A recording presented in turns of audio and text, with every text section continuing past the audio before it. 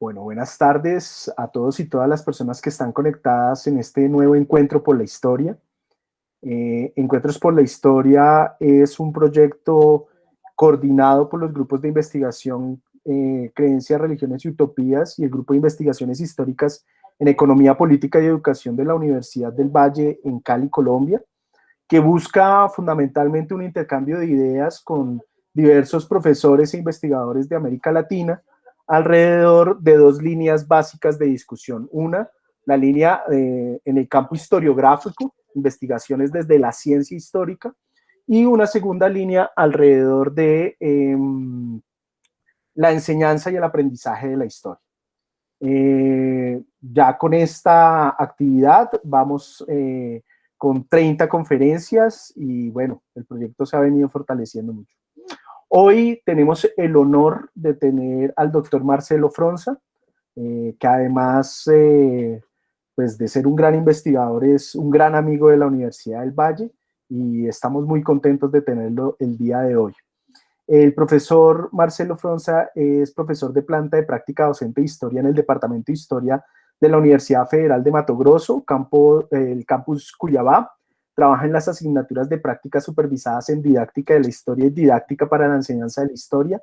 Es profesor titular de la maestría profesional en didáctica de la historia de la UVFMT y del programa de posgrado en historia de la misma institución.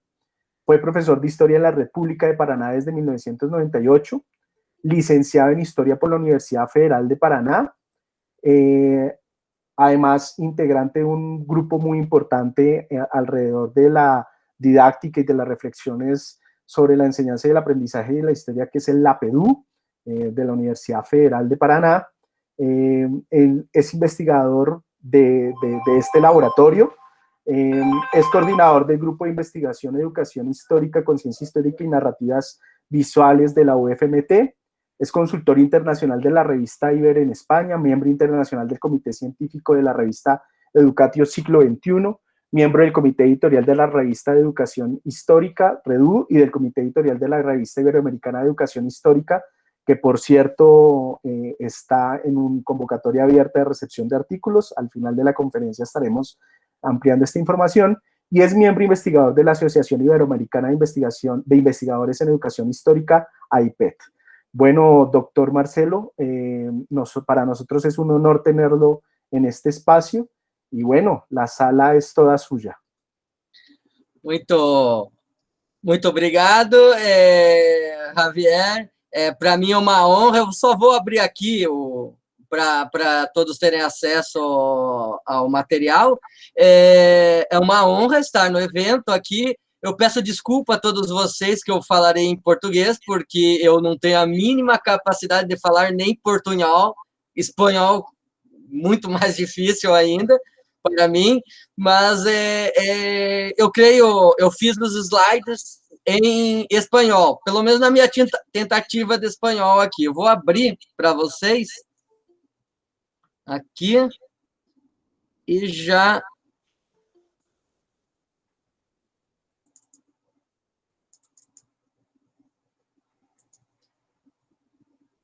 Está aberto? Vocês estão vendo? Sim, Marcelo. Só vou ampliar aqui, só tem uma mensagenzinha e pronto. Bom, então, a proposta, então, é discutir um pouquinho a relação entre ficção e narrativa histórica, em como esses elementos influenciam a aprendizagem humanística através dos comics e webséries. Mas antes de discutir isso, eu gostaria muito de agradecer o convite que os grupos de investigação Religiões, Crenças e Utopias, e o RCU, e Investigações Históricas, Economia, Política, Educação e IEP, do Departamento de História da Universidade do Vale, Santiago do Cali, Colômbia, e do meu amigo professor Nilson Javier Martins, que pelo convite em participar dessa conferência, e eu pretendo dar conta da discussão aqui em mais ou menos meia hora, 40 minutos, para que tenhamos tempo de dialogar e debater aqui um pouquinho esses temas. Primeiramente, eu gostaria de dizer que essa temática, para mim, ainda é muito nova. Eu comecei a abordar ela, a primeira vez que eu escrevi sobre esse tema foi no final de 2018, para uma revista, para um livro que depois virou um artigo de revista, e agora está saindo também a versão em livro, que saiu publicada, que foi publicado recentemente, ali em junho, março, abril, e depois em junho ficou mais, que é a discussão, um artigo que eu escrevi, tentar interpretar como a ficção científica na websérie Dark ajuda a gente a compreender certos elementos da cultura histórica, principalmente elementos conflitivos dessa cultura histórica, né? Tal como a crise ambiental, a crise da relação do homem com a natureza e a sua natureza. Então, eu fui por aí. Mas eu também já tinha trabalhos com histórias em quadrinhos. Então, nessa investigação, a conferência, eu resolvi trazer dois momentos de investigação que eu fiz, que eu discuti um pouco a ficção científica, que foi a primeira sobre história de quadrinhos, se não me engano, foi também em 2018, mas o começo de 2018 que eu produzi alguma coisa e publiquei. Então, vamos discutir um pouquinho sobre isso. Primeiro, eu sempre gosto de apresentar que a educação histórica é um campo de investigação que investiga a consciência histórica, as ideias históricas dos sujeitos no contexto de escolarização. São investigações empíricas que dialogam com a teoria da consciência histórica. Aqui eu falo já da associação a qual eu pertenço, o professor Javier já apresentou a vocês, né, que é a Associação Ibero-Americana de Investigadores em Educação Histórica. Esse trabalho também está vinculado a um projeto de pesquisa que eu desenvolvo aqui na Universidade Federal do Mato Grosso, que é para uma aprendizagem histórica humanista de jovens estudantes do ensino médio a partir de narrativas históricas visuais. Tá? Qual que é o objetivo da investigação que eu me baseei? É interpretar as ideias históricas dos estudantes das escolas públicas de Mato Grosso, Brasil, quando são confrontados com histórias controversas através da ficção científica presente em comics e webséries. Eu estou numa fase ainda da investigação desses comics, dessas histórias em quadrinhos e webséries. Ainda eu não consegui, principalmente por conta da pandemia, ir às escolas para ver como os alunos produzem ideias históricas com esse tipo de material. Estou ansioso para, quando acabar a pandemia, quando chegar a vacina, eu puder já poder fazer um trabalho de investigação com as escolas, com os estudantes de ensino médio nesse processo.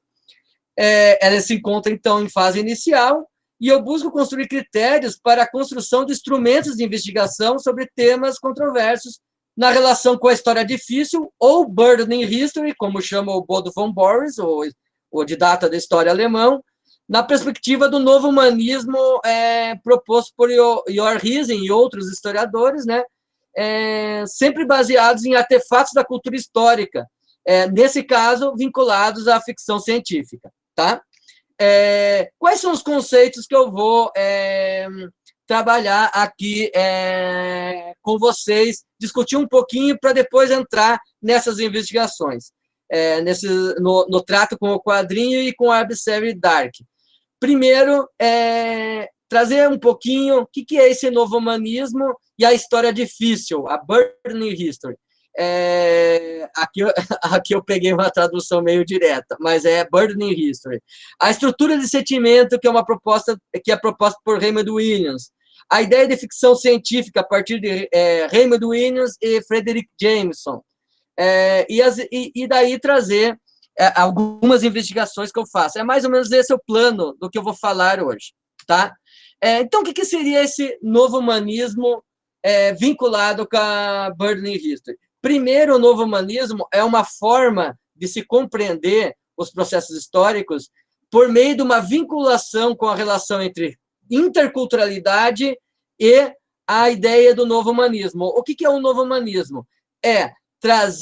desenvolver as ideias humanistas, mas agora não mais a partir de uma concepção eurocêntrica, mas de uma concepção de reconstrução histórica policêntrica e multiperspectivada. Ou seja, que não tem mais um centro na Europa, mas que tenha centro em várias localidades, vários processos históricos que constroem dialeticamente o processo histórico da humanidade, da constituição humana. Porque o ser humano é um ser humano no seu fazer, ele não nasce pronto.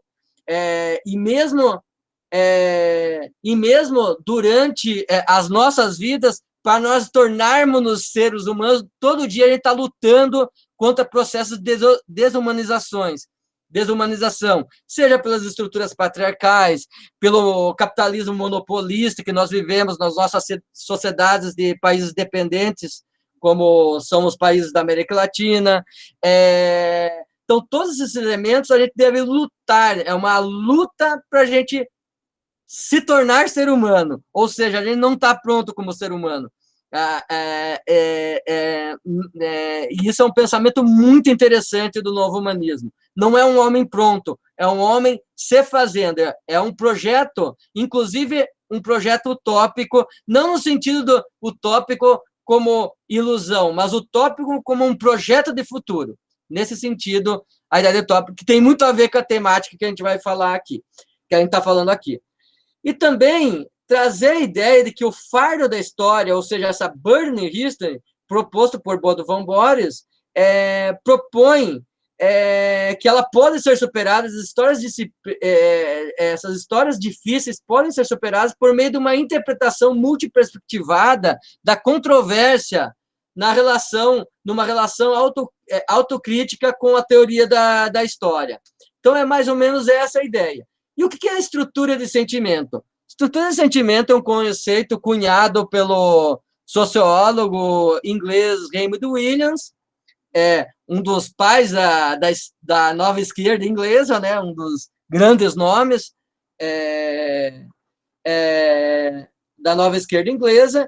Ele propôs essa ideia de que a cultura é sempre relacional, ou seja, a cultura humana ela é relacional, é uma cultura comum vivida a partir de uma época.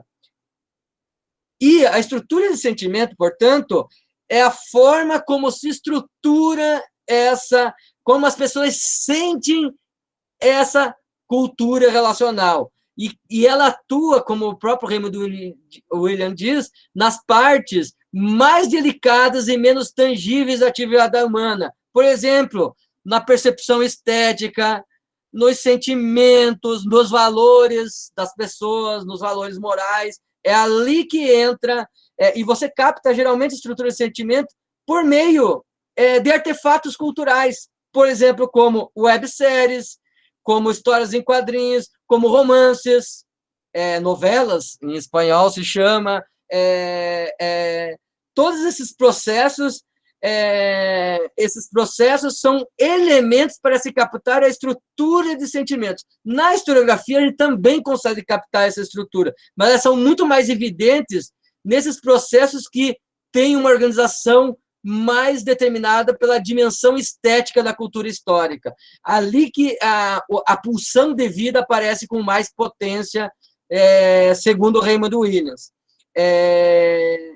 dessas ideias. Então, são enfoques e tons características ao argumento, que são acessíveis à comunicação documentada, que se extrai do sentido vital real que a comunidade tem e faz possível. É uma comunicação através de uma resposta criativa e de uma tradição seletiva da comunidade.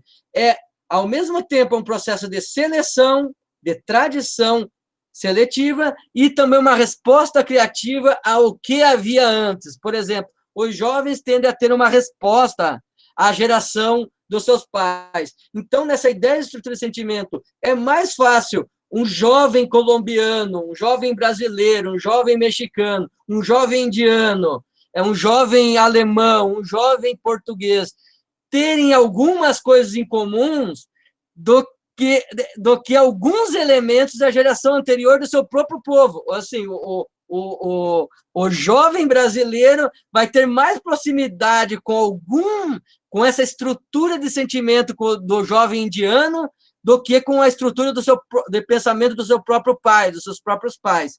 Não quer dizer que não haja uma relação geracional não quer dizer que a geração dos mais velhos não vai influenciar a mais nova, mas o Raymond está falando, a estrutura de sentimento é isso que distingue as gerações, distinguem aquilo que ele vai chamar os caracteres sociais, assim, distingue um trabalhador de um burguês, por exemplo, distingue um aristocrata de um trabalhador, de um camponês. É isso que a estrutura de sentimento. E daí eu vou pegar o conceito, eu discuti também a ideia de cultura histórica aqui, que é a memória social de um povo. E dentre esses elementos, uma das formas de expressar essa estrutura de sentimento, no campo dos artefatos da cultura histórica, aí os comics, aí as séries, as webséries, os romances, é a ficção científica.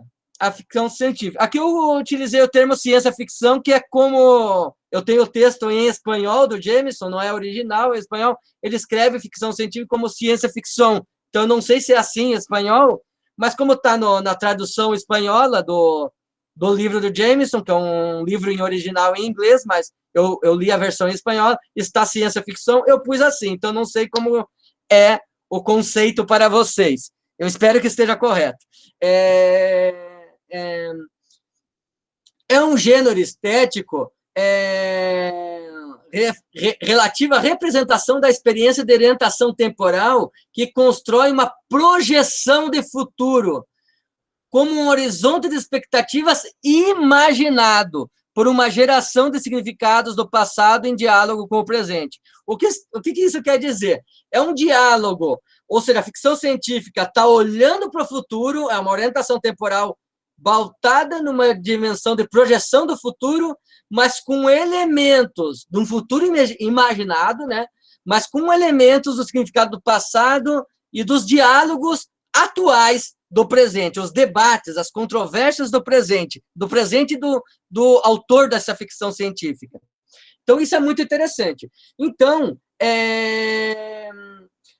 na ficção científica, curiosamente, ocorre um diálogo muito íntimo com narrativas históricas implícitas, que está na sua estrutura. Ou seja, por mais que, às vezes, as narrativas históricas não estejam em evidência, até porque é uma ficção,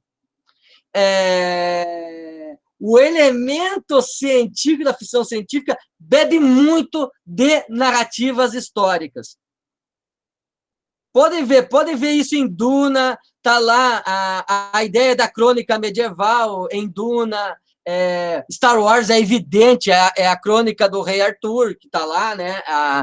Star Wars, principalmente narrativas míticas e narrativas históricas, por exemplo, dos reinos medievais, por exemplo, é muito comum, das histórias de samurais, é muito comum nessas ficções científicas, essas histórias ali contadas, estarem presentes nessa estrutura.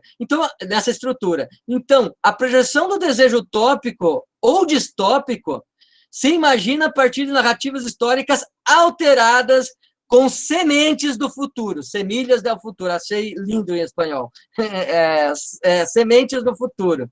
Por exemplo, impérios romanos intergalácticos, fantasmagoria orientalista, mundos samurais, androides, teve um exemplo naquela série da HBO, né, que é sobre os robôs, agora me esqueci o nome dela, modos de produção feudal futuristas, sociedades anarquistas ou comunistas intergalácticas. Um exemplo de sociedade comunista intergaláctica é Star Trek.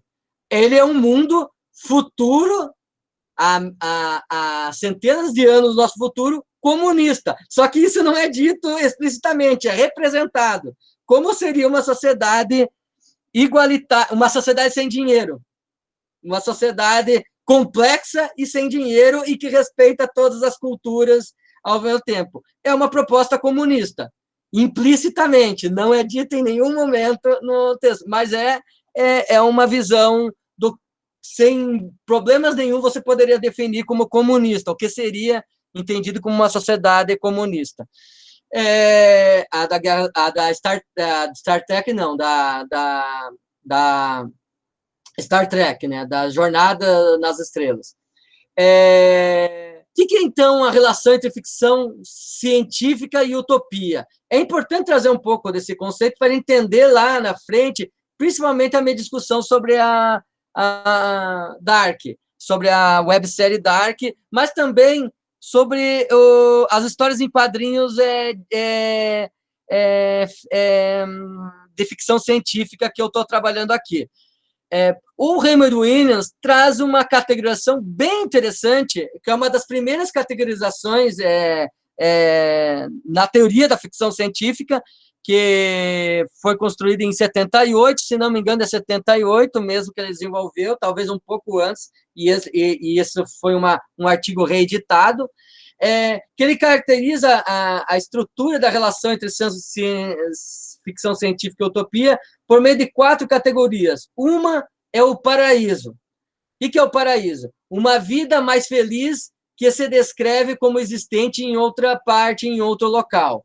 B, um mundo alterado externamente. Um novo tipo de vida foi possível devido a um evento natural inesperado. Por exemplo, algo aconteceu fora do controle humano que mudou o mundo e tornou ele numa ficção utópica positiva, numa distópica tornou-o pior. C, uma transformação voluntária ou desejada, que aqui o Raymond Williams diz que é exatamente o elemento próprio da ficção científica, tanto utópica como distópica, que é a transformação desejada, ou seja, onde se consegue um novo tipo de vida mediante a ação humana. E aí são ficções científicas que abordam tanto como uma sociedade se tornou ditatorial, pensamos aqui em Jogos Vorazes, não sei como é em espanhol, aquele da menina arqueira lá, Jogos Vorazes, que é uma distopia, ou histórias como a da Le Guin, Ursula Le Guin, que vai discutir também como sociedades, por meio da revolução social, se transformam também, pela ação humana, né? E também a transformação tecnológica, que é um quarto tipo que dialoga muito com o terceiro tipo, que é um novo tipo de vida que foi possível graças a um descobrimento técnico, algum descobrimento tecnológico qualquer que muda a vida das pessoas. Por exemplo, as distopias, aqui eu nem vou detalhar, porque a ficção científica com a distopia é a mesma coisa, só que é o contrário. É o inferno, que é uma vida mais infeliz que a anterior. É o mundo exteriormente alterado, só que esse evento destruiu, tipo aqueles filmes de meteoro, de apocalipse.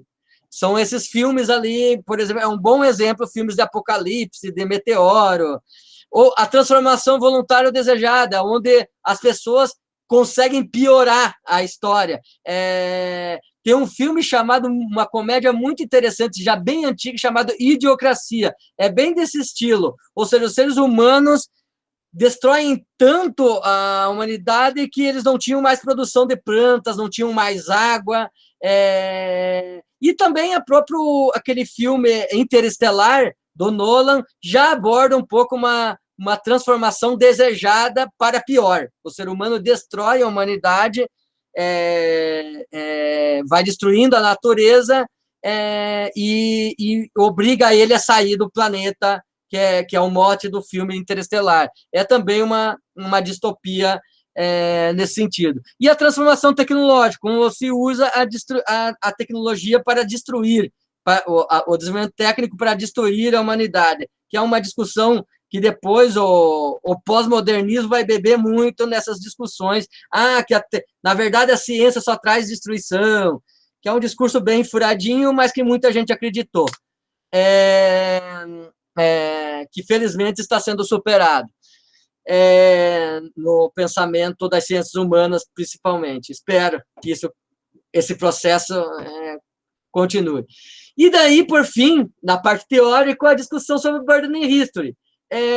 O Bodo von Borries vai trazer 4 categorias sobre essa Burden History que gostaria de trazer para vocês, para daí a gente já entrar direto nas investigações, para não tomar muito tempo.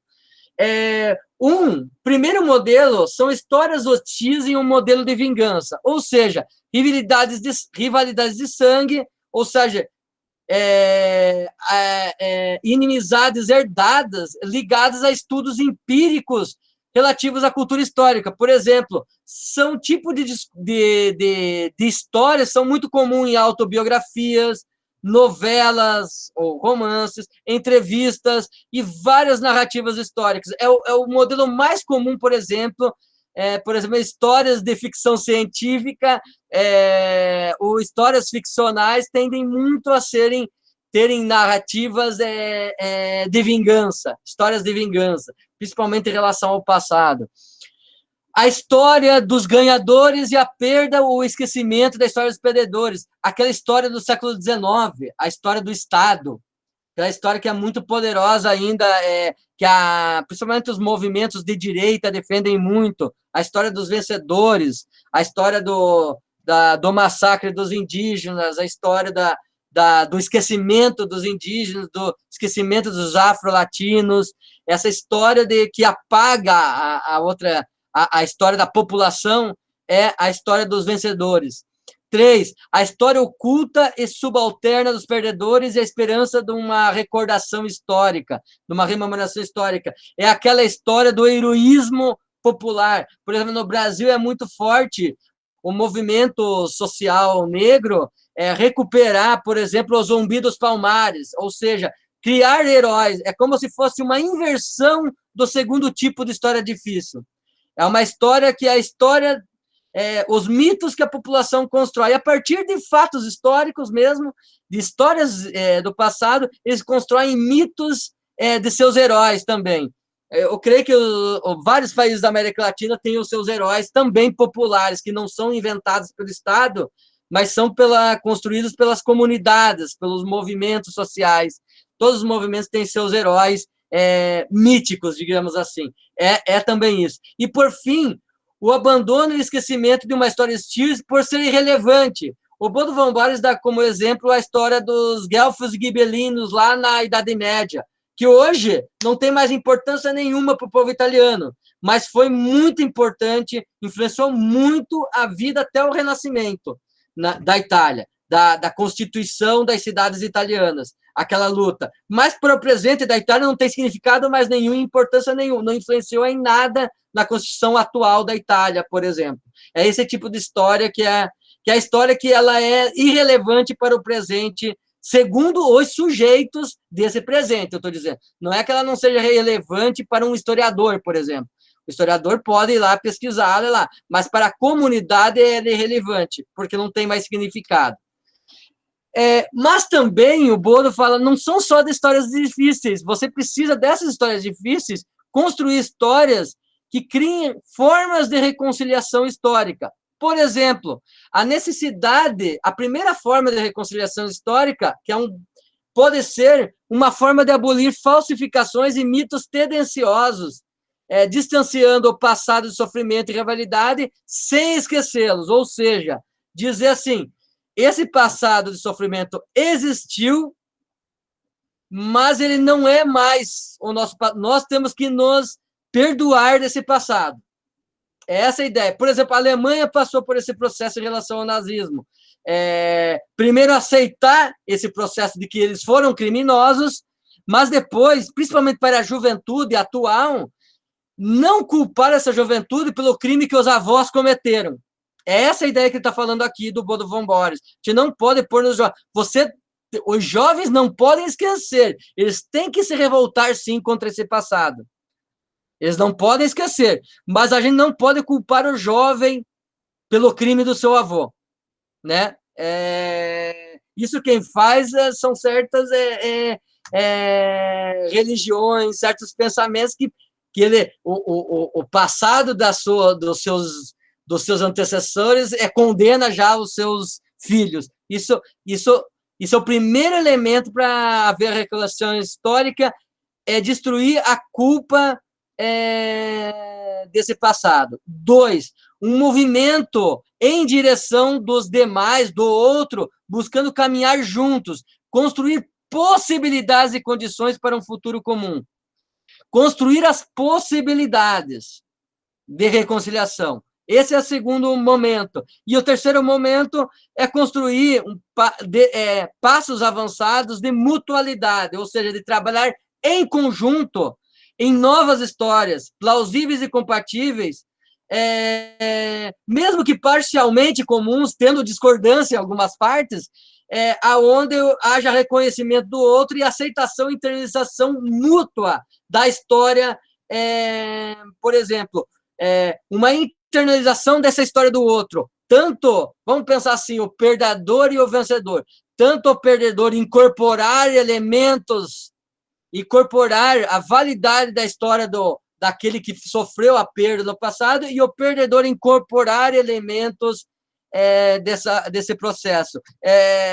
Seria esse o último momento. É o processo mais difícil de acontecer, mesmo nos materiais de investigação científica. Já estou avançando, vou entrar na investigação para a gente já ir fechando minha fala, tentar fazer em 30, 40 minutos.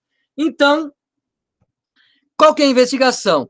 Eu vou trabalhar com artefatos da cultura histórica vinculados a narrativas visuais, esteticamente organizadas pela ficção científica, a partir de duas investigações que eu já realizei, mas somente no âmbito da análise de fontes. Ainda eu não fui, como eu falei antes, eu não consegui investigar as ideias dos alunos sobre isso, que é o meu objetivo no futuro.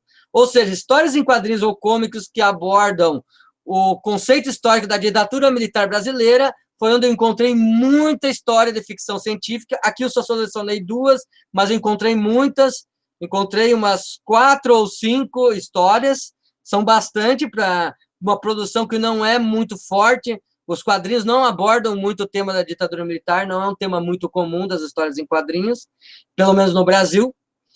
E a websérie Dark, que está dentro dos serviços de streaming da Netflix, e sua relação com os conflitos sociais e ambientais, que foi um texto que, inclusive, o professor Javier me provocou a fazer essa conferência a partir desse texto que eu publiquei recentemente, né? Então, trazer um pouquinho disso. Então, nessa primeira investigação sobre os quadrinhos na ditadura militar brasileira, ele partiu de uma investigação muito maior, que eu investiguei os vários tipos de ditadura militar, de quadrinhos que abordam a ditadura militar brasileira de 1964 a 85. Dos quadrinhos que vão desde a década de 60, quando começou a ditadura, até os quadrinhos de hoje. Então, eu fiz um inventário de todos esses quadrinhos e categorizei esse inventário. Aqui eu não vou trazer essa categorização, só vou trazer os conceitos que dizem respeito à ficção científica, para não ficar muito demorado, né? Senão ficaria muito demorado. Daí, em futuras investigações, como eu já falei, vou investigar com os alunos, como os alunos pensam esse conceito ultra polêmico no Brasil, que é a ditadura militar brasileira, que hoje nós temos no poder pessoas que acreditam que não houve ditadura militar ou que ela foi benéfica para o país. O Brasil está nesse nível hoje em dia, com governantes pensando dessa maneira. E 30% da população pensando da mesma forma, o que é assustador. Então, sobre isso, eu só encontrei histórias em quadrinhos de ficção científica, nenhum tipo estrutural, que é a seguinte: as histórias em quadrinhos que personalizam as narrativas históricas sobre a ditadura militar brasileira, ou seja, aquelas que geram sentido e significação histórica. São quadrinhos que trabalham, que são focos na vida de indivíduos. Por que eu fiz isso? Porque eu encontrei um outro grande tipo, que eu chamei de transposição didática, ou de deshumanizador, despersonalizador, que são tipos de história onde os sujeitos não são foco. É o processo histórico que é o foco e não os sujeitos. Então, são geralmente histórias políticas, não os sujeitos, são somente aparecem lá de uma maneira muito vaga, sem nenhuma personalização. Portanto, praticamente o sujeito não é sujeito, é assujeitado, enquanto aqui é um sujeito de ação, nessa proposta aqui. Então, são comics com histórias em quadrinhos com personagens de ficção científica, ou aqui eu queria trazer esse conceito de história alternativa, produzidos depois da ditadura militar brasileira. Nessa discussão da ditadura militar brasileira, todos os quadrinhos utilizaram um dos estilos da ficção científica, ou melhor, mais do que estilo, gêneros dentro da ficção científica, que é a história alternativa. Ou seja, a história que, a partir de algum momento da história, vamos dizer, da história real, houve um EC, e daí a história começa a contar essa história desse EC. Ou seja, e se os militares tivessem perdido, não conseguissem vencer o golpe militar, não tivesse feito o golpe militar, o que aconteceria? E essa é a história do o que aconteceria, ou seja, é uma narrativa ficcional que parte de um começo que é da história, vamos dizer, de uma experiência histórica real, só que foi, num certo momento da história, ela foi para outro caminho, que é onde a ficção se envereda, que é a história, e isso é um elemento da ficção científica também. O primeiro quadrinho que eu trago, que é o Pátria Armada, produzido por Klebs Jr., lá em São Paulo, de uma editora chamada Instituto dos Quadrinhos. Existe online também, em streamings de quadrinhos, né? Existe esse quadrinho online também, possível de encontrar online, e o Pátria Armada, ele parte de uma temática que é a seguinte: ele parte do contexto estético de ficção científica que tem em uma história alternativa onde o Brasil contemporâneo estaria numa guerra civil entre legalistas e federalistas. Ou seja, o nosso presente, o 2020, seria, o Brasil estaria numa guerra civil entre federalistas e legalistas. Quem são esses federalistas? São seguidores de quem apoiaram o golpe militar de 64, né, dos militares que deram o golpe, num presente alternativo que se assumiria como, hoje, eles se assumiriam publicamente como neofascistas. Inclusive, eles têm um uniforme verde, já vou mostrar a imagem. O uniforme verde, que é uma reminiscência do movimento do integralismo fascista brasileiro dos anos 30, no Brasil. O integralismo brasileiro foi um movimento extremamente forte, fascista brasileiro, e daí esses personagens recuperam o uniforme verde para se aproximar dos integralistas nessa história em quadrinho. Os legalistas, por outro lado, são os seguidores dos defensores do presidente da República na época, João Goulart, ou Jango, derrotado no golpe militar de 64. Ou seja, nessa história em quadrinhos, João Goulart não renuncia. E daí começa a divisão, começa a guerra civil, que dura até hoje nessa história em quadrinhos. Aqui vem algumas imagens mostrando como é o Brasil nessa ficção, a história alternativa. Mostra o Rio de Janeiro, o Ceará, as cataratas do Iguaçu, as mulheres das praias do Rio de Janeiro, a Avenida Paulista, em São Paulo, e aí entra um tanque de guerra integralista ali, dos federados, que são os defensores da ditadura militar. E daí eles já começam um ataque, explodir o centro da cidade de São Paulo, e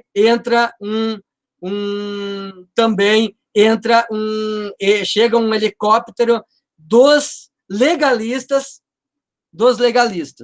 que vão combater aquele tanque dos federalistas. É uma guerra civil. Aqui dá uma representação, mostra alguns dos personagens principais. É muito forte a presença feminina entre os personagens principais, tanto entre os integralistas, os federalistas, quanto entre os legalistas. E vou explicar um pouquinho quem são esses legalistas, para entender, e daí entender esse estilo de história em quadrinhos. Nessa última página cômica da Jango resiste ao golpe militar junto com os movimentos de esquerda, que nas décadas de 60 e 70 seriam como foram as guerrilhas dissidentes contra a ditadura. Nessa história, eles passam a ser um outro exército, não mais guerrilhas dissidentes. Outro exército financiado pelo Estado. As Forças Armadas legalistas são vinculadas a uma legalidade republicana e democrática no Brasil. E tem uniformes negros para fazer uma referência, e aqui até um exagero estético, poético do autor, que é uma referência ao anarquismo como símbolo de uma revolução política e radical, porque o preto é o símbolo do anarquismo. Então, representam as forças democráticas e revolucionárias de esquerda, né?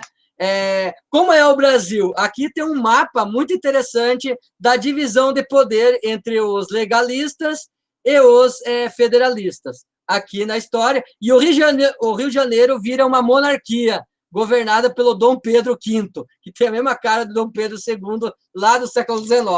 Então, mas assim, durante o carnaval e as férias, a guerra para todo mundo se divertir. É uma distopia muito esquisita. E depois a guerra volta novamente, e as pessoas se matam. Então, tem elementos da realidade brasileira e também elementos do que seria essa ficção de guerra civil. Na verdade, é uma metáfora da guerra civil que ocorre no Brasil, por exemplo, nas grandes cidades. A violência urbana, que acontece na maior parte dos países da América Latina também, é uma metáfora do que já ocorre. Só que aqui está de uma maneira exagerada, ou pelo menos estetizada, porque talvez a realidade seja mais exagerada do que essa brincadeira proposta nessa história em quadrinhos, nessa história alternativa. É uma concepção exatamente oposta à reconciliação histórica. Essa história em quadrinho não pretende reconciliação alguma, ela quer mostrar conflito, e a narrativa é uma narrativa histórica hostil baseada no modelo de vingança, tanto a vingança dos revolucionários como a vingança dos que apoiam a ditadura militar. Bem típico do nosso contexto do Brasil atual. E essa história em quadrinhos é de 2014, quando já estava começando a divisão brasileira entre direita e esquerda, ou seja, eu até gosto de dizer, entre petismo e antipetismo. Essa é meio uma metáfora dessa divisão que o Brasil entrou e ainda está até hoje, né? Hoje é bolsonarismo e antipetista e também lulismo e antilulismo, tá? Essa história é uma metáfora dessa briga ali. Então, a dimensão estética da cultura histórica brasileira mobiliza a dimensão política do dissenso humano radical presente na memória dos sujeitos que lutaram contra a pressão ditatorial. Também. Ao mesmo tempo, ela traz uma vitalidade por causa das experiências dos guerrilheiros, daqueles que lutaram e foram mortos na ditadura. Nessa história, eles estão vivos e deixaram filhos. Os filhos hoje estão lutando. Então, bastante a lógica é diferenciada. É uma forma de narrar baseada numa história oculta de perdedores que busca recordação histórica através da construção heróica da resistência. A outra história em quadrinhos, vou tentar ser mais breve, é O Doutrinador. Essa virou filme e série de televisão já. A série e o filme são muito piores que a história em quadrinhos, porque ela é meio despolitizada, ela vai por discussão só da corrupção, enquanto a história em quadrinhos é bem politizada. Eu já vou mostrar para vocês aqui. Então, eu só vou falar do quadrinho, não vou falar do filme nem da websérie do Doutrinador. O Doutrinador é um personagem que é um protagonista dessa ficção científica. Ele é um super soldado que é exatamente uma mescla entre o Capitão América e o Punisher.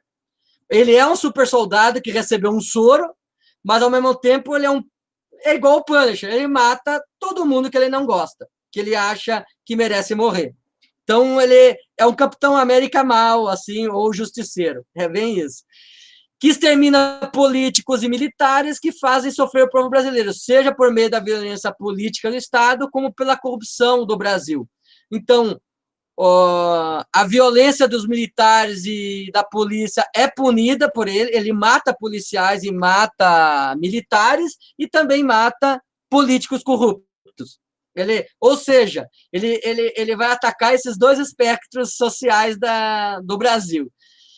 O mais legal dessa história em quadrinhos é o símbolo da máscara, que o doutrinador usa, que é a mesma máscara que os soldados na ditadura militar usavam para proteger do gás laranja que eles julgavam nas guerrilhas do Araguaia, do Vale da Ribeira, e também contra os povos indígenas no norte e centro-oeste do Brasil.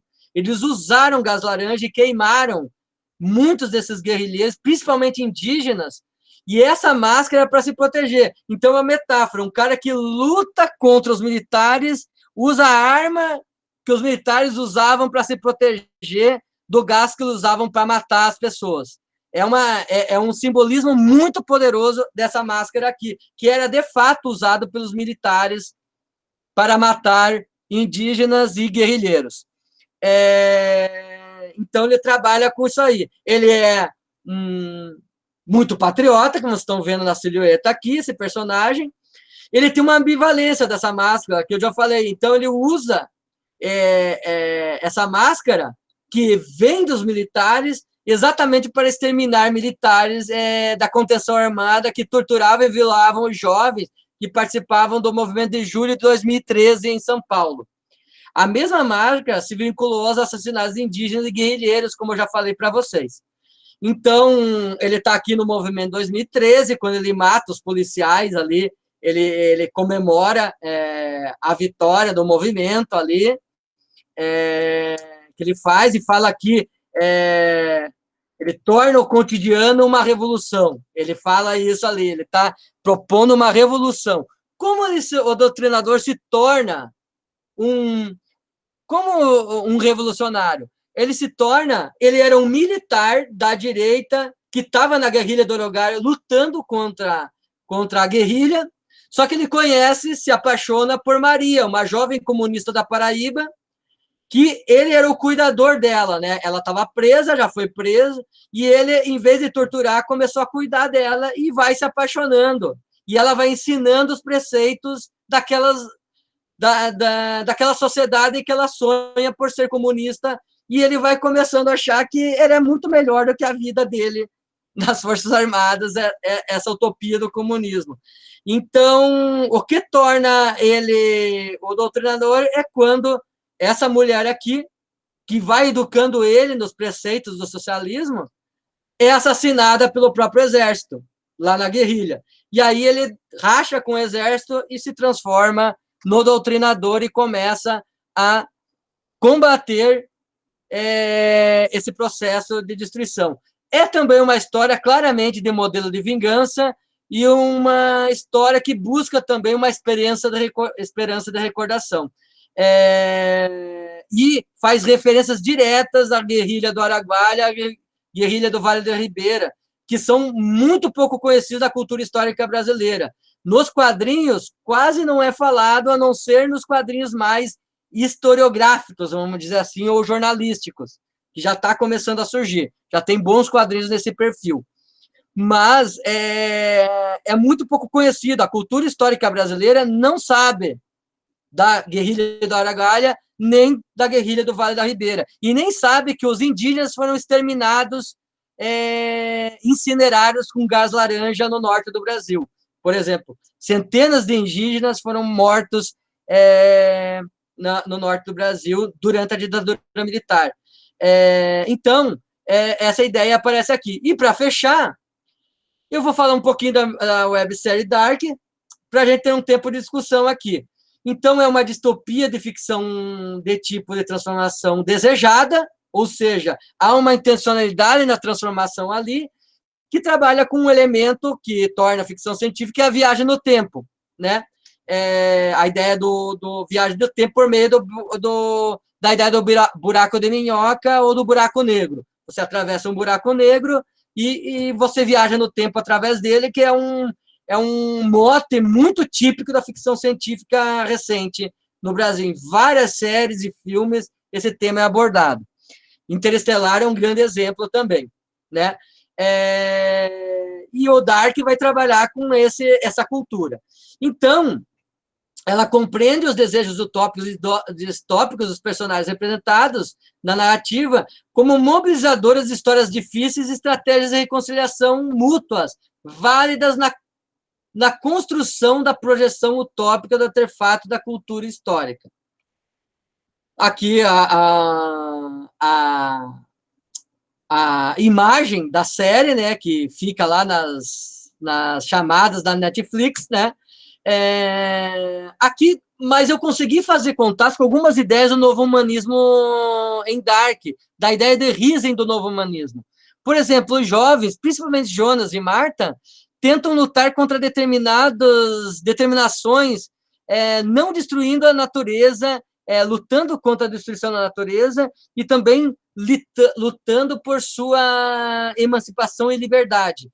Então, os jovens representam muito a luta contra a destruição da natureza, quando eles estão criticando a usina nuclear construída naquela cidade, mas também lutam por sua emancipação em todo aquele processo ficcional da história. Eles buscam uma utopia em sua juventude, expressa contraditoriamente pelo amor, inclusive o desejo sexual nesse amor, para construir condições históricas de libertação da humanidade a partir de uma estrutura de sentimento baseada na dissidência humana radical. Vamos lá. Aqui o exemplo, a relação de amor deles é estrutural para a narrativa de como eles vão amadurecendo no processo. E quando esse amor se desfaz, como se assiste na terceira temporada, é o que faz desandar também a história para um caminho mais distópico. É muito interessante isso. A escolha entre os dois do amor, a separação leva também à separação dos mundos na sociedade narrada por essa história. É sempre um problema do amor aqui, que eu não trouxe a parte básica da família do cientista, que também é uma história de amor que gerou a construção de todos esses mundos. Eu não trouxe aqui, mas está dentro desse caminho aqui, desse processo. É que eu construí esse artigo antes da terceira temporada, por isso que eu não tinha todas as informações ali. Então, a jovem Marta busca moldar sua personalidade a partir da reimaginação utópica humanista, a partir da trágica personalidade de Ariadne, vinculada ao mito do Minotauro e Teseu. Ou seja, ela constrói o fio que conduz à liberação emancipatória da mulher, dela como mulher e também do próprio homem lá, que é o Jonas. Ela constrói essas condições históricas. Marta representa a crítica à absurda desumanização representada pela usina nuclear que está na cidade, no bosque daquela, que é a cidade de Vinden lá, na coisa. Então, aqui ela representando, por exemplo, a Ariadne, né? Na peça lá, que é bem um exemplo disso. Então, duas relações para a Riesen aparecem aqui na relação do novo humanismo com a aprendizagem histórica. Duas na relação do ser humano com a natureza. Duas possibilidades são viáveis. Uma é a concepção da natureza, que é uma fonte de condições para a regulação da vida humana, a partir e de acordo com as necessidades naturais. Isso significaria um retorno àquelas cosmogonias e teologias míticas pré-modernas, aquela ideia do retorno à natureza, vamos viver na natureza, como se isso fosse possível, né? Aquelas ideias místicas de viver em conjunto, viver só dos elementos da floresta ali, sendo que você não é um povo da floresta. Isso é um problema. E dois, concepções de uma humanidade com seus amplos valores igualitários e libertadores, que combinam a cultura com aspectos naturais da vida humana. Por exemplo, o exemplo entre o jovem Jonas e Marta, que alegoriza essa ideia muito claramente aqui. Então, essa humanidade continua e transforma a tradição do humanismo através da compreensão do que significa ser um ser humano. Isso é importantíssimo. Frente à sedução ou fantasia ideológica da naturalização ou determinação, por exemplo, que o capitalismo faz sobre a cultura humana.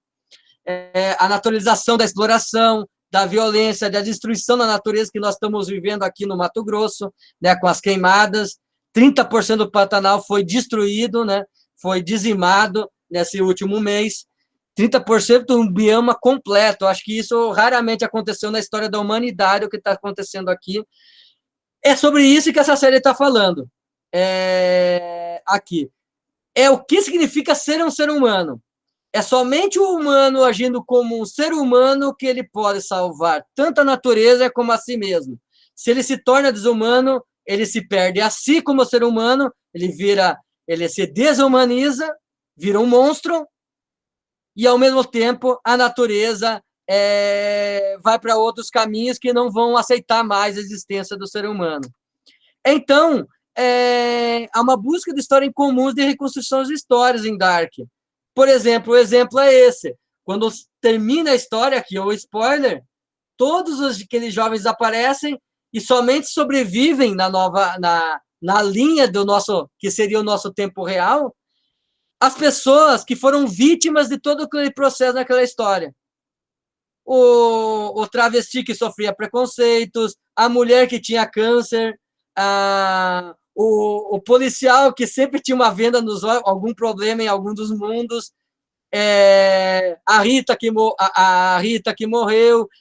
Então, esses personagens, no final, são reabilitados e os jovens, eles desaparecem para que esses possam viver. E a ideia de viverem, estarem numa comunhão, numa mesa de jantar, é um exemplo de que o sacrifício desses jovens gerou algo positivo. É bastante interessante a metáfora dessa história. Então, vou avançar para o final, porque já falei demais. É importante entender que, principalmente a personagem Marta, ao utilizar, representar Ariadne e Lady Macbeth nas peças da escola, ela representa um caminho de aprendizagem autônomo e libertador a partir do amor, do respeito e da sexualidade para a formação humanista do protagonista e dela mesma. Ela mesma vai se formando mulher e o Jonas se tornando homem num processo de aprendizagem. Essa história conta muito sobre essa aprendizagem.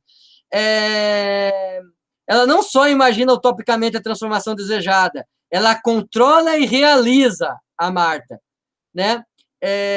São sonhos de luta e vitória através de uma transformação desejada. Mesmo que para isso eles tenham que desaparecer na história, eles lutaram para que outros vivessem melhor. É essa mais ou menos a ideia dessa história.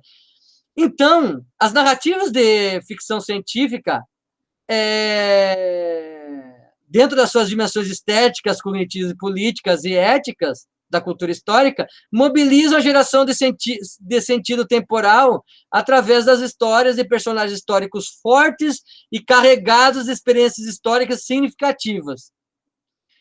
Contra o determinismo catastrófico que propagam os biólogos do capitalismo, quando as classes oprimidas mobilizam uma consciência histórica baseada em uma imaginação utópica que reordena as estruturas desse sentimento a favor de uma dissidência radical, encaminhada a uma emancipação libertária da humanidade. Então, essa é a mensagem final que eu gostaria de falar para vocês. Peço desculpas, porque esse tema é muito novo para mim. Muitas graças pela atenção, e agora estou aberto para discussão e debate com vocês aqui. Se eu falei muito rápido, eu estou aqui para esclarecer algumas passagens, assim, que eu fiquei tão nervoso. O tema é novo para mim, eu estou começando e quero muito me aprofundar nessa temática aqui. Então, estou aberto às questões. Professor, obrigado pela sua apresentação. Foi um prazer escutar suas ideias e ter contato com o resultado de pesquisa que você vem trabalhando faz tempo. Sim. Eu vou dar leitura às perguntas em espanhol, mas se você não entende, fale para mim e eu faço a tradução em português. Tudo bem. Bueno, profesor Marcelo, muchas gracias por la presentación. Ha sido un honor, un placer escuchar estas ideas.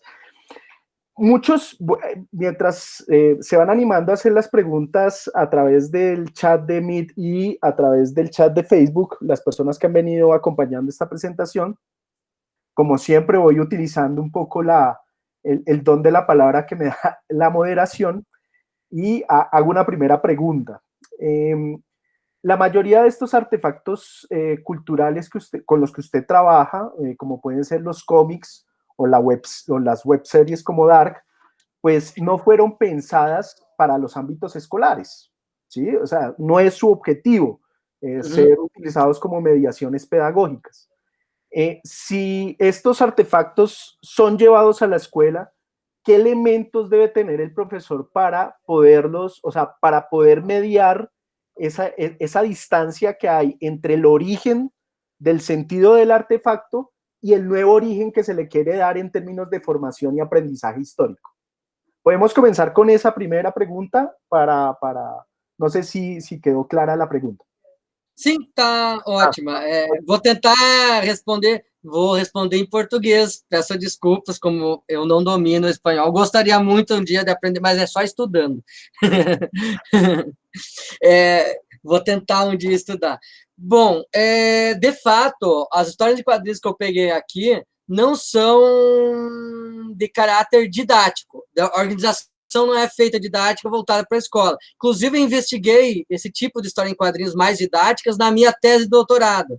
Eu até utilizo isso. E em vários artigos, vez ou outra, eu trabalho quadrinhos, comics didáticos, que têm a intenção de chegar à escola. Não são o caso dessas aqui. Primeiro, eu gostaria de só explicar o contexto. Na pesquisa sobre história em quadrinhos, por exemplo, comics, eu encontrei histórias em quadrinhos didáticas voltadas para a escola sobre ditadura militar. O problema delas que eram geralmente as histórias em quadrinhos que mais desumanizavam o processo histórico. Ou seja, contava como se constituía o processo da ditadura, mas não tinha sujeito. Mais ou menos como em muitos livros didáticos no Brasil. Só aparece sujeito ser um herói, senão é a história das estruturas. A estrutura política, a estrutura econômica, não, às vezes lives de estrutura cultural. Então, como fazer para que essas histórias... Eu acho, pessoalmente, eu até defendo essa ideia, que tanto esse tipo de artefato como a websérie Dark, como eu defendo, quer dizer, não acho, eu penso, e como essas ficcionais, como o Doutrinador, mas eu encontrei outras, e o Pátria Armada, por exemplo, essas histórias em quadrinhos, elas têm, inclusive, um poder de aproximação com os jovens muito maior do que uma histórias em quadrinhos montada num estilo didático. Por quê? Porque ela se propõe já a narrar diretamente com o leitor. Ela tem muito mais potencial de construção, de orientação temporal do que uma narrativa didática, diríamos assim. Não quer dizer que uma narrativa didática não possa ter. Eu encontrei algumas que tenho. No caso do tema da ditadura militar, eu só encontrei uma que tinha uma perspectiva personalizada, que trazia os sujeitos como guias do processo histórico. Que eu acho que é isso que é um cerne para ter um contato didático entre a aula de história, as estratégias a se usar, ou seja, os sujeitos representados naquela história em quadrinho e os sujeitos que lerão, que são os próprios jovens. Não sei se está entendendo, professor ou professor, não sei quem perguntou. É essa a ideia. Eu acho que exatamente o poder narrativo dessas histórias em quadrinhos está aí. Claro que, no caso da ficção científica, a gente tem que mediar a dimensão anacrônica, que é a intencionalidade. Ele está trabalhando ali com um presente distópico que não é o nosso, ele é uma metáfora do nosso presente. Esse trabalho é um trabalho do professor. Dizer, olha, esse processo diferenciado. Por exemplo, aqui, nessa história, está uma guerra civil entre dois exércitos, um baseado numa visão mais socialista e outro baseado numa visão fascista. Esses dois exércitos. O presente é um pouco... O presente é lido... Isso é uma metáfora para o nosso presente. Não é o nosso presente. É uma metáfora nesse processo histórico. Esse processo tem que ser feito pelo professor. Ele tem que mediar com o quê? Outras fontes e a historiografia. Eu acho que essa que é a dica que eu daria. Mas eu creio que, para dar sentido à história, essas narrativas gráficas têm mais poder do que a maioria dos quadrinhos montados didaticamente. Principalmente porque muitos quadrinhos, principalmente no tema da ditadura militar, não abordam sujeitos. E isso é muito problemático. É a história de processos, é a história do golpe. Às vezes, o único sujeito que aparece, com algum detalhe, é o ditador que está lá, mas não as vítimas. As vítimas são vítimas destroçadas por esse ditador. Não existe o sujeito se pondo, se propondo, lutando contra esse processo. Já nessas narrativas ficcionais, o sujeito luta contra esses processos ditatoriais. E isso é muito mais importante, de repente, do que uma narrativa que só conta o processo sem pôr o sujeito. Que são a maioria das narrativas didáticas no Brasil, nas formas de quadrinho que nós temos. Quando tem o objetivo didático, o sujeito desaparece. A não ser que são sujeitos ficcionais. Aí acontece boas histórias em quadrinhos didáticas. Sabe? Maurício de Souza faz algumas histórias em quadrinhos interessantes ali, nesse sentido. Não sei se respondi. Sí, gracias, profesor. Voy para entonces el segundo bloque.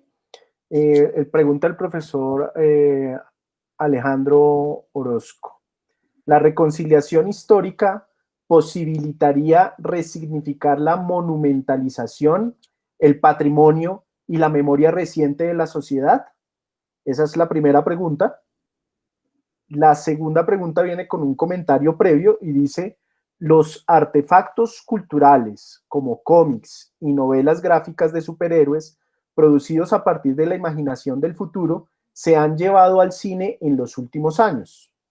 Generalmente la crítica del cine acusa a las grandes productoras de falta de imaginación, pero sería más preciso hablar de un momento del consumo de artefactos culturales que imaginan la transformación del universo institucional. Esa es la pregunta. Vuelvo y repito la pregunta porque me parece interesante. Eu estou lendo aqui. Ah, bom, então. Estou lendo. Não, excelente, as duas excelentes perguntas.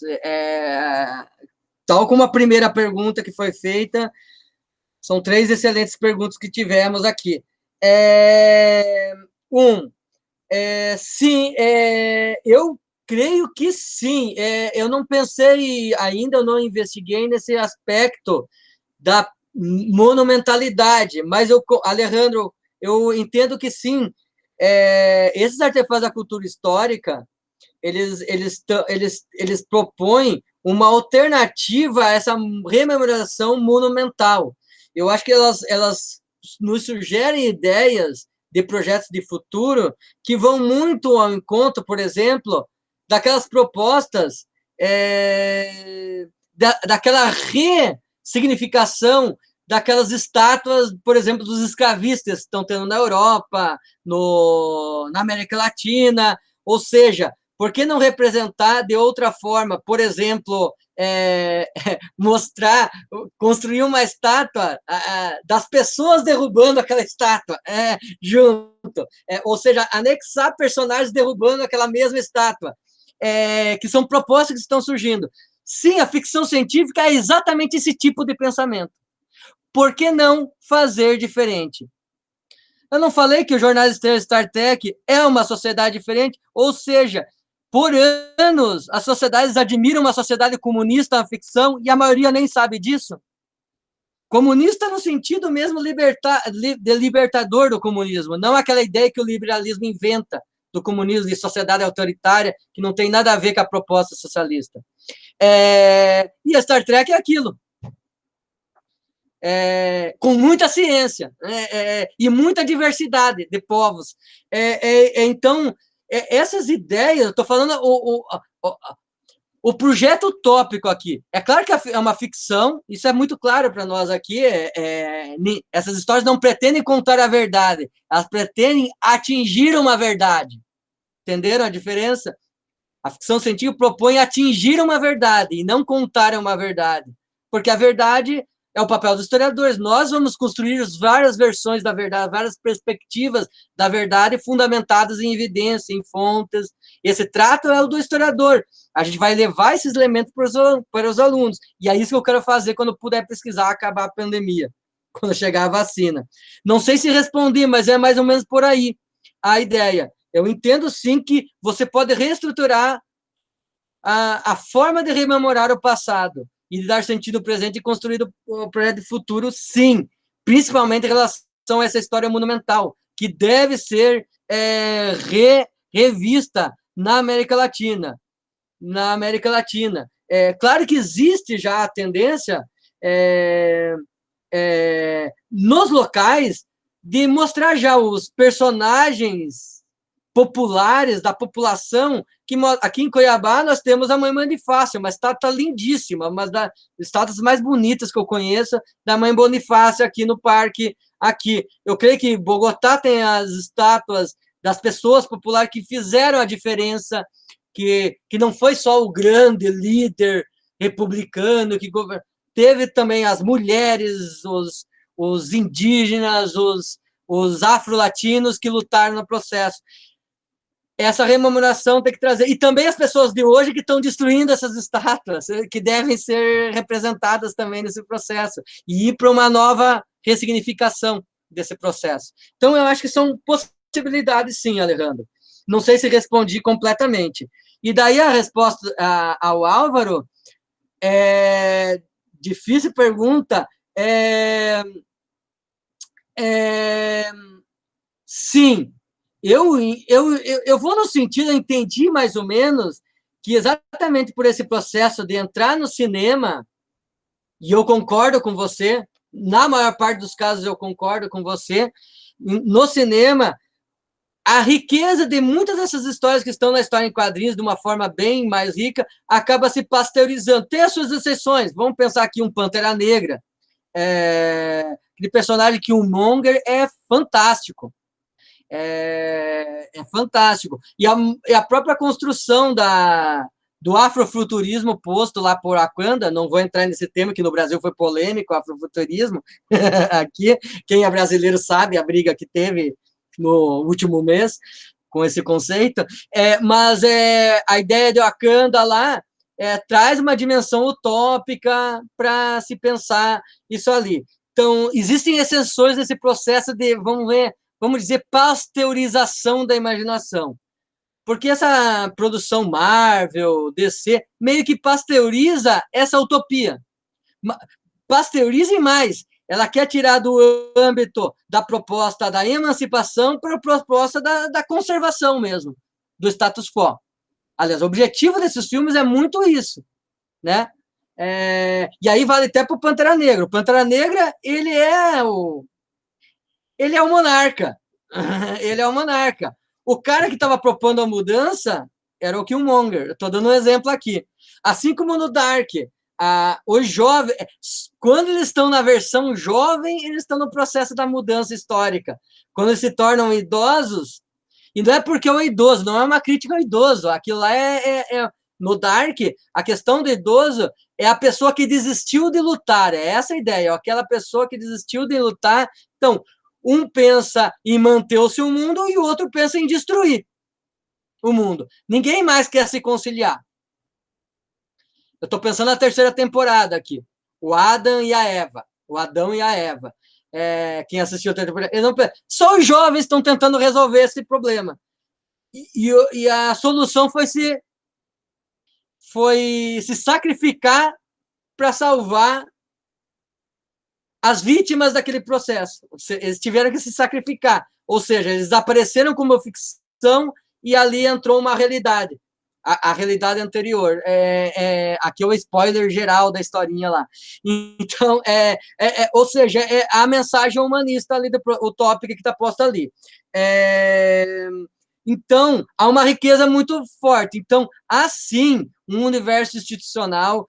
Eu entendo, sim, como você, Álvaro, eu não sei se você está perguntando nesse sentido, mas eu entendo, sim, que, só para fechar a resposta, entendo, sim, que esse processo que o cinema faz de uso dessas imagens utópicas, invertê-las de maneira mais conservadora, essa pasteurização, vamos chamar disso assim, é muito semelhante ao processo didático tradicional que ocorre nos modelos escolares, que os professores estão lutando para destruir isso. Mas é a história que está no livro didático, no livro da Colômbia, do México, do Brasil, da Santillana, lá da Espanha, que são os menos do Brasil, que a Santillana manda e a Santillana e a outra mandam no mercado editorial brasileiro, que praticamente tem a história, aquela história didática que não tem sujeito, não tem...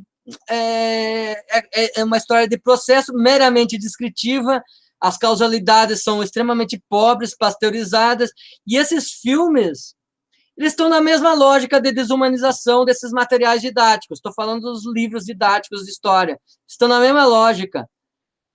Precisa-se fazer um processo, e aí esse tipo de fonte é muito útil, tanto as de ficção científica, como as histórias de quadrinhos que pretendem narrar cientificamente história. Temos muitas, até histórias de quadrinhos jornalísticas fantásticas.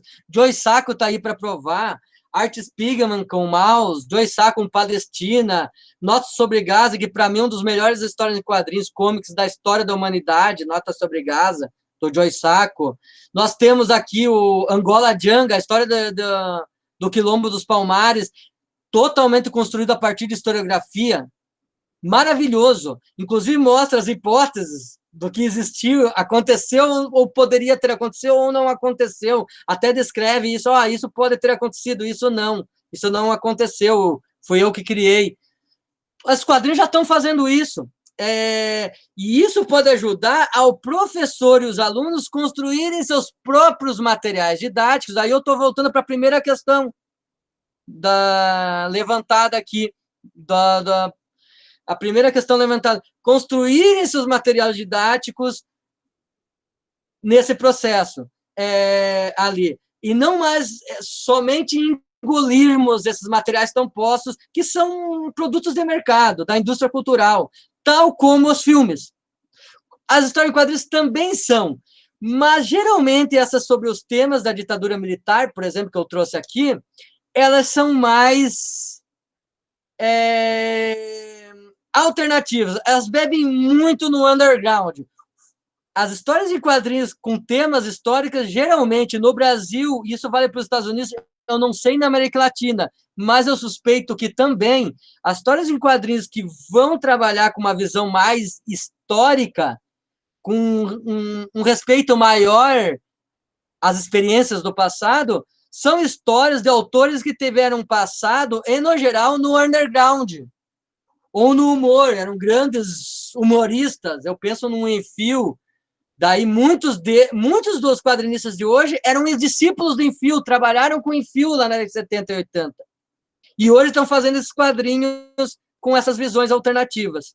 Não sei se isso ocorre na América, nos outros dos países de língua hispânica da América Latina, mas no Brasil e nos Estados Unidos é um processo muito semelhante que ocorre, que não é muito diferente da Europa, que também ocorre isso, né? Então, não sei se eu respondi, mas eu acho que eu até retornei à primeira questão, porque eu acho que eu fiz uma boa liga por aí. Não sei se eu respondi satisfatoriamente a questão. Sí, yo creo que sí, profesor. Vamos al último bloque de preguntas. Con esto cerramos la actividad. Vamos a hacer dos preguntas, una de Facebook y una que acaba de aparecer aquí en el chat de Meet. Vamos a comenzar con la pregunta que realiza la profesora Sonia Bazán. Profesor, excelente presentación. Quiero pedirle ampliar la idea de pasteurización de la imaginación, teniendo en cuenta que la imaginación es un componente del pensamiento histórico. ¿Listo? Nos pregunta la profesora Sonia Bazán de Argentina. Y la segunda ¿Hay otra? En los procesos de aprendizaje histórico que se llevan a cabo al interior de las escuelas, trabajar sobre la idea de ficción no iría en contra del método histórico? Sim. Vamos, boa pergunta também. Essa última questão, eu tive alguns debates lá em Portugal, no meu pós-doutorado, porque alguns alunos, principalmente, têm uma visão bem fechada de método histórico. Então, é muito legal debater, que é impossível trabalhar com ficção, nem como fonte. É uma coisa assim. É muito... Os alunos, não os professores, óbvio, né? Mas é muito divertido conversar sobre isso. Essa ideia da pasteurização é meio que eu nunca escrevi sobre ela, mas é exatamente o que eu estou falando, a pasteurização da imaginação, o que eu estou dizendo, é exatamente aquilo que eu chamo do processo de desumanização que o capitalismo está fazendo na nossa cidade, no caso dos quadrinhos, por meio quadrinhos e séries, por meio da indústria cultural, mas também pelos processos didáticos que estão nos livros didáticos.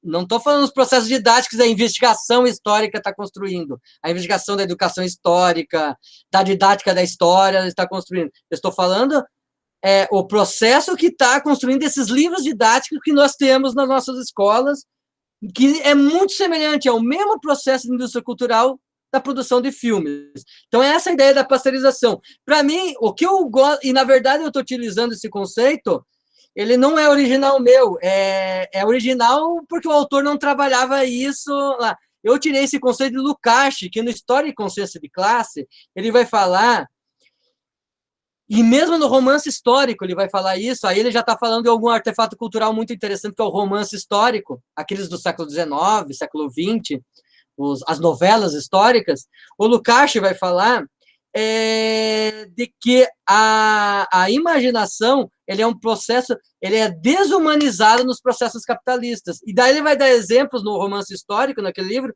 de romances que são que espetacularizam e, portanto,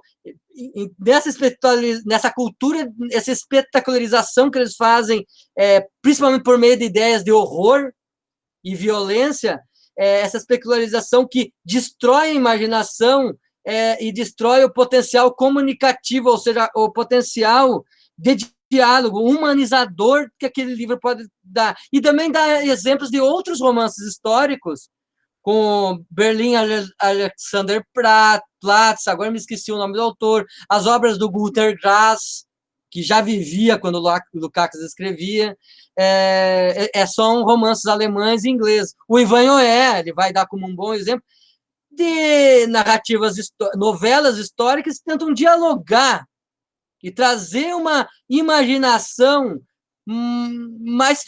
mais propiciadora de utopias para o sujeito que lê. Então, o Lukács que traz um pouco essa discussão. Shakespeare, ele cita muito. Shakespeare é um cara que ele traz a distopia e a utopia junto, na guerra, né? Na estrutura de cada peça dele, Shakespeare. Então, o Lukács sempre vai falar muito de Shakespeare.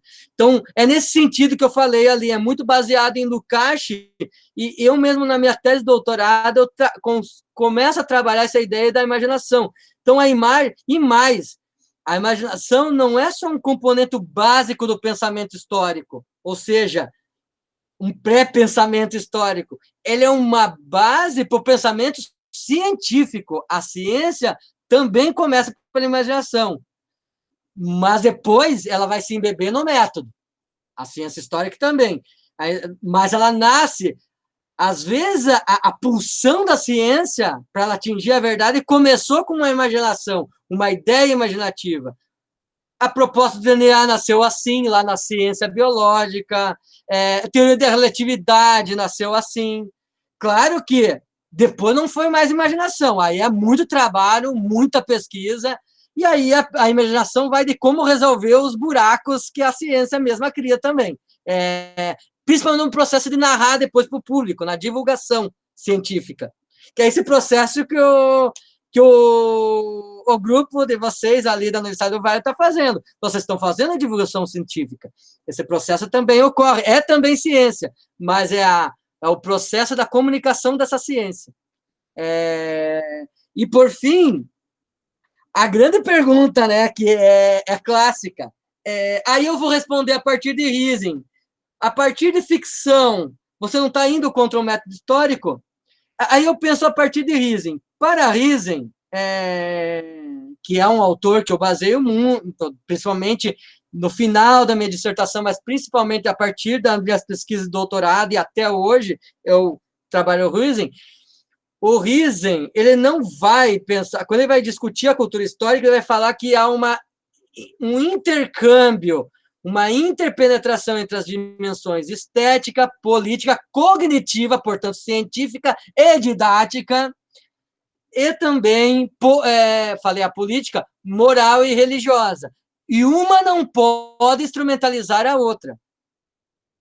Uma não pode instrumentalizar a outra. Então, não há esse problema para a Riesen, nem na filosofia alemã existe, entre ficção e história. A história é ciência, ponto pacífico, método científico. Mas essa ciência se faz com fontes, num primeiro lado, que geram experiência histórica. Essas fontes podem ser, sim, ficcionais. O Bodo von Boris está cheio de textos didáticos baseados, por exemplo, para discutir cruzada por meio de poesia árabe e poesia cristã dos cruzados da época, traduzida para o alemão. Está cheio. Fontes. Mas aí ele traz, depois, uma controvérsia da historiografia para confrontar aquelas fontes. Cadê a contradição com o método? O método, a ficção é uma das fontes do método. E aí vamos lá para o final. A narrativa precisa de elementos estéticos, retóricos para se comunicar. Para que alguém me entenda, eu preciso desses instrumentos. Eu posso até não ter consciência desses elementos retóricos, estéticos, mas eu uso como professor. Nós usamos aqui, eu estou usando agora, vocês estão... Ou seja, para tentar convencer desses... E esse processo é tão íntimo na questão do método histórico que ela está imbricada no argumento histórico que a gente está usando. E argumento didático. Então, não dá para separar. Ao mesmo tempo, não quero dizer que história é ficção. Ela não é ficção. A história tem uma dimensão estética, a cultura histórica, portanto, a memória histórica, e a forma científica dessa memória histórica, que é a historiografia, a forma científica dessa memória histórica, não prescinde da estética, de uma forma estética. O Reinhardt foi lá, só que ele viajou num caminho que ele acabou acreditando só na parte ficcional da história. Mas a estética também não é ficção. A estética, ela é um elemento da própria narrativa histórica. Ela não é um elemento ficcional, é um elemento que gera o sentimento vital, a estrutura de sentimento que o Raymond Williams fala lá atrás. A estética é isso, não é a ficção. Ela pode ser ficcional ou pode ser a força de uma narração de uma experiência do passado. Por exemplo, um ex-escravizado, alguma fonte que fala a voz do ex-escravizado falando das dores dele ou das lutas que ele fez. Ou do indígena, das lutas que ele fez. Esse processo ali, nessa narrativa, traz elementos estéticos, cognitivos, morais e até religiosos, dependendo do sujeito. Esse processo é mais complexo. Agora, isso é fácil fazer? Não, é complexo. Tem que mudar uma concepção. O que eu quis dizer, só para fechar a questão do... Lá em Portugal tinha alguns alunos, pouquíssimos. Eu assisti por um ano as aulas dos estagiários portugueses que iam às escolas, que lá é no mestrado.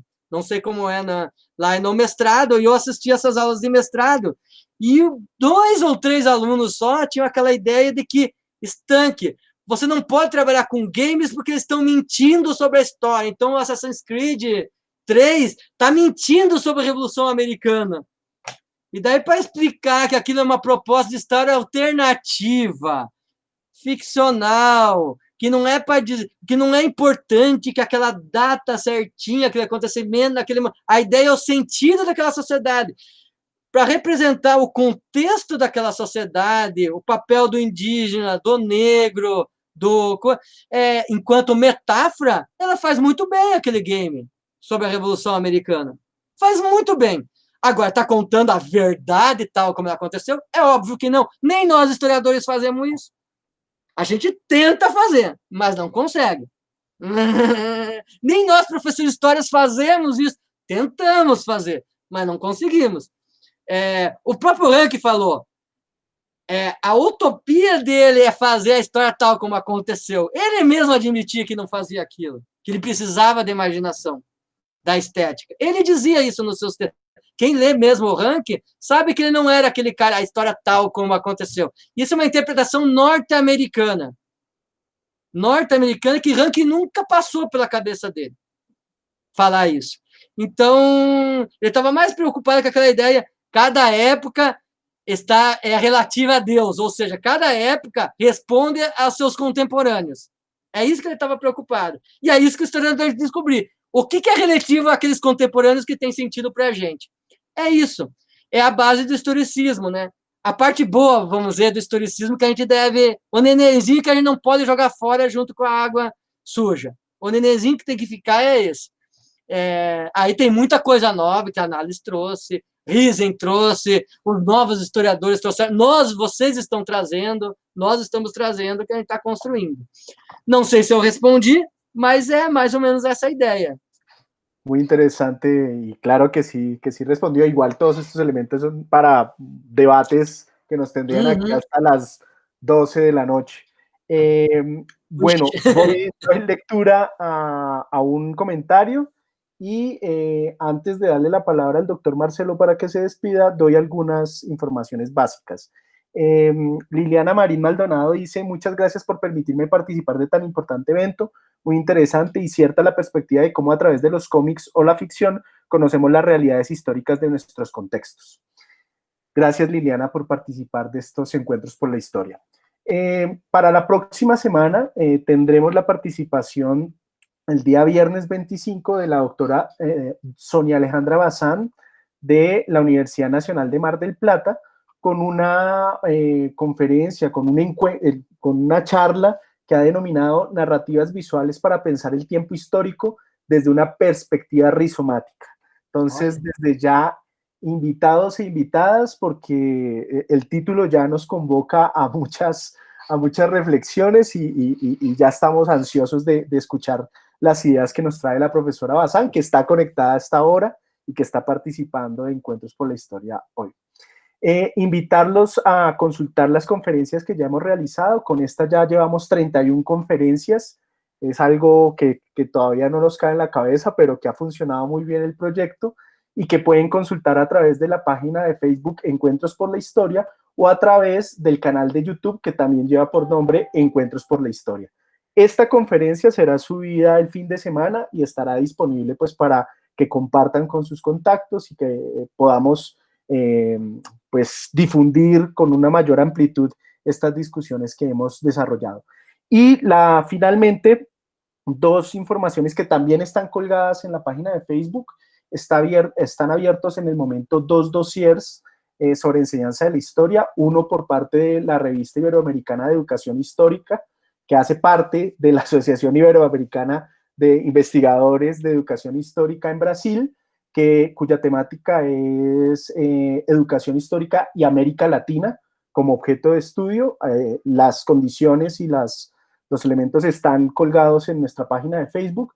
Y un segundo dossier que es sobre la enseñanza de la historia y el derecho a conocer el pasado, que está abierta en una revista colombiana que se llama Revista Grafía, cuyas condiciones también están publicadas en nuestra página de Facebook.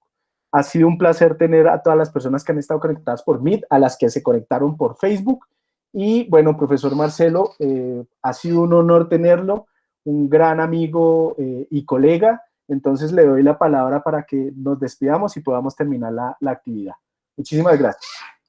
Primeiro, agradecer muito a organização do evento, a você, Javier. Você me fez conhecer a Colômbia e perceber como esses dois países são parecidos, para o bem e para o mal. Brasil e Colômbia são muito parecidos. Também já conheci o México, sou apaixonado pelo México, assim como fiquei apaixonado pela Colômbia. O México, eu me apaixonei pela diferença, a cultura popular é muito presente, né? Lembra muito de uma outra maneira, como é no Nordeste brasileiro, onde a cultura popular é muito forte, ativa, ainda, né? De maneiras bem diferentes, mas é mais ou menos assim.